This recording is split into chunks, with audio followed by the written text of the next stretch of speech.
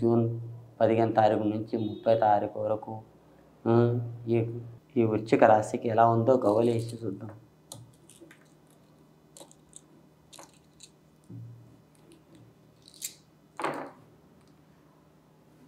చూడండి, 4 బోల్తా పడ్డాయి. 1, 2, 3, 4 బోల్తా పడ్డాయి.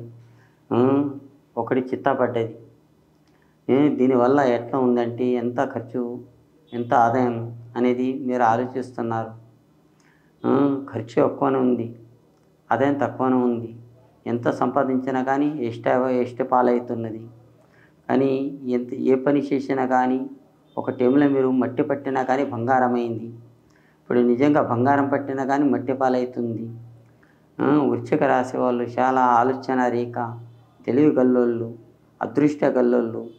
కానీ అదృష్టం రేఖ ఒకప్పుడు మీరు చాలా చిన్నప్పటి నుంచి కూడా మీరు బాధలు పడుకుంటానే వస్తున్నారు. వృశ్చిక రాశి వాళ్ళు బాధలు పడుకుంటా అన్న తమ్ముల దాంట్లో కానీ, అక్క చెల్లెల దాంట్లో కానీ, బామ్మర్దుల దాంట్లో కానీ, మీరు అందరి దాంట్లో మీరు బాధపడుకుంటూనే వస్తున్నారు.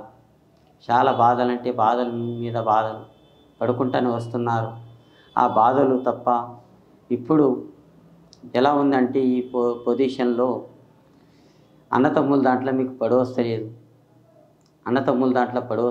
మీ భార్య భర్తల్లో కోడళ్ళతో వాళ్ళతో కూడా పడవస్తలేదు. ఏమంటే దేని గురించి?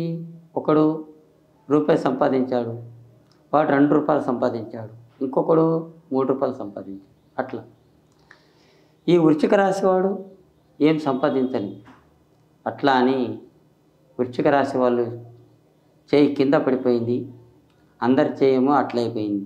మీరేమో డబ్బులు సంపాదించిన వాళ్ళేమో పాత ఇల్లుని అమ్మేద్దామంటున్నారు. ఈ చేయి కింద పడ్డాయేమో ఇల్లు వద్దని చెప్తున్నారు. ఎందుకు? పాత ఇల్లు కన్న తల్లి లాంటిది ఉండాలని ఆయన ఆలోచన ఉంది. మీకేముంది? తినాలి, తాగాలి, మనం అవతలపై జాగా తీసుకున్నామా, ఉన్నామా, లేమా అన్నట్టు మీ ఆలోచన ఉంది. ఆ ఆలోచన తప్పు. పాత ఇల్లు పాత ఇల్లే అంటారు, కొత్త ఇల్లు కొత్త ఇల్లే అంటారు. మీరు మొత్తం విడిచిపెట్టండి, మీ పునాది మాత్రం వదలకండి. ఏమంటే మీ పెద్దల సంపాదించిన ఆస్తిని మార్చకండి. అది మార్చిన వాళ్ళు చాలామంది మట్టి పుక్కారు.